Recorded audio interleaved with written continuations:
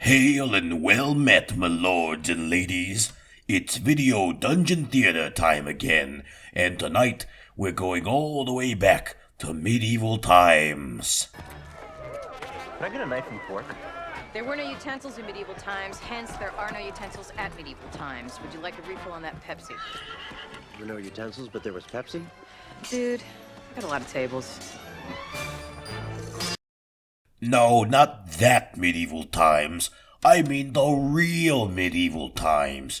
With zombies and chainsaws and motorcycles. You know, real medieval stuff like that. That's right, we're watching two medieval classics directed by two of the biggest horror directors of all time, Sam Raimi's Army of Darkness and George Romero's Knightriders. First up, we got the man himself, Bruce Campbell, kicking some demonic ass in the Middle Ages with the aid of his trusty chainsaw hand and his double-barreled boomstick. Army of Darkness is the third installment of the legendary Evil Dead trilogy, and would have been given the freaking awesome title of The Medieval Dead if it weren't for the interference of studio hacks. But I suppose Army of Darkness is a good name too. Hell, I'd even go along with the Japanese title, Captain Supermarket. Pretty sweet. Army of Darkness, aka Evil Dead 3, is the only movie in the trilogy to be produced by a major studio. Producer Dino De Laurentiis was cool, but Universal Studios shredded the movie to bits to avoid an R rating, but even after cutting out 15 minutes of footage and completely changing the ending, they still got the R. Universal then deliberately held back the release of the film in order to screw Dino De Laurentiis out of the rights to a proposed Silence of the Lambs sequel. Silence of the Lambs. Hello, Clarice. It's good to see you again.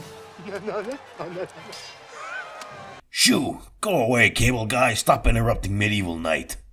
Anyway, like I was saying, Universal's fuckery led to Army of Darkness losing its very desirable summer release date in 1992, and instead got released the following February, one of the dump months, where studios release all their unloved children.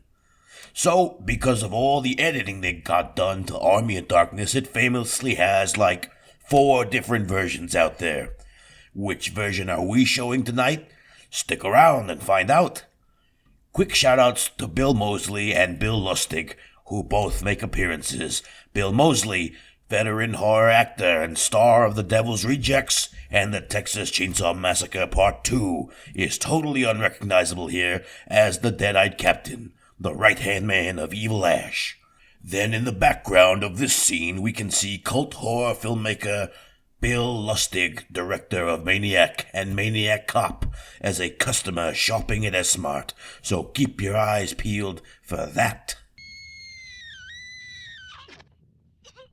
And once we're done facing off against the Army of Darkness, get ready to hail to the king again, baby. King William, that is, the gallant hero of George Romero's Knightriders. Do you love Easy Rider but wish there was more jousting and lute playing? Did you think Excalibur was a great movie but just didn't have enough sick wheelies and revving engines? Well then, you have some highly particular and unusual tastes, my friend, but don't worry because George Romero's got you covered with Knightriders.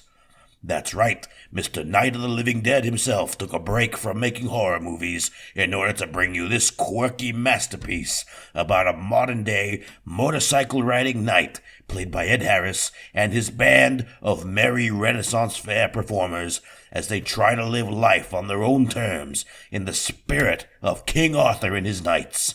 Check it out.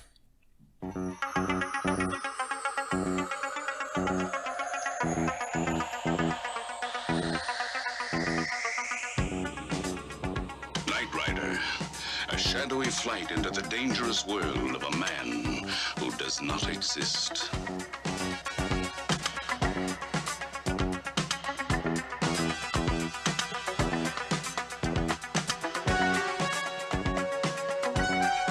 Michael Knight, a young loner on a crusade to champion the cause of the innocent, the helpless, the powerless, in a world of criminals who operate above the law.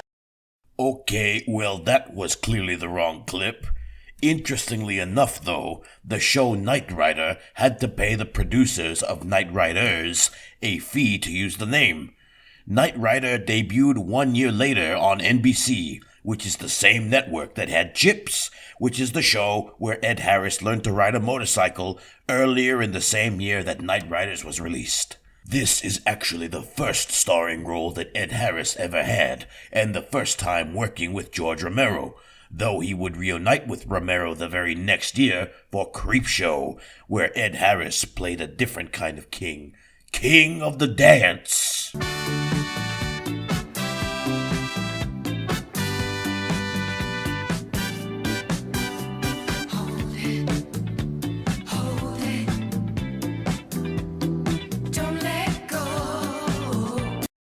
Hypnotic, ain't it?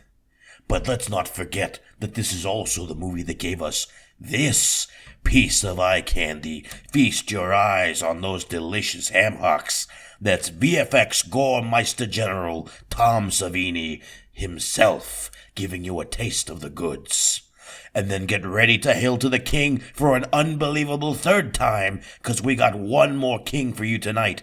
Behold, Hoagie Man! They're like acrobats, that's all. They're like the wrestlers on TV. They got the bloodline. That's right, it's horror maestro Stephen King in one of his many classic cameo roles. This Stephen King cameo is special, though, because it is the very first Stephen King cameo of all time. And while many a movie has got a Stephen King cameo in it, it's not every movie that also has got Tabitha King cameo as well. That's wife Tabitha sitting right next to him. And what was Stephen King doing hanging around the set of Knightriders? He was there hashing out the script for Romero's Creepshow, which came out the very next year. Holy old Jesus! Meteor ship! Oh yeah, all this medieval talk has got me in the mood for a turkey leg.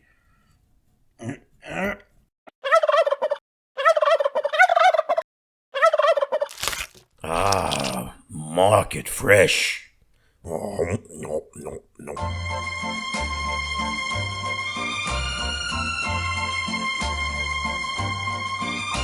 Now setteth thine eyes upon the screen, 'cause Video Dungeon Theater is about to get medieval on your ass.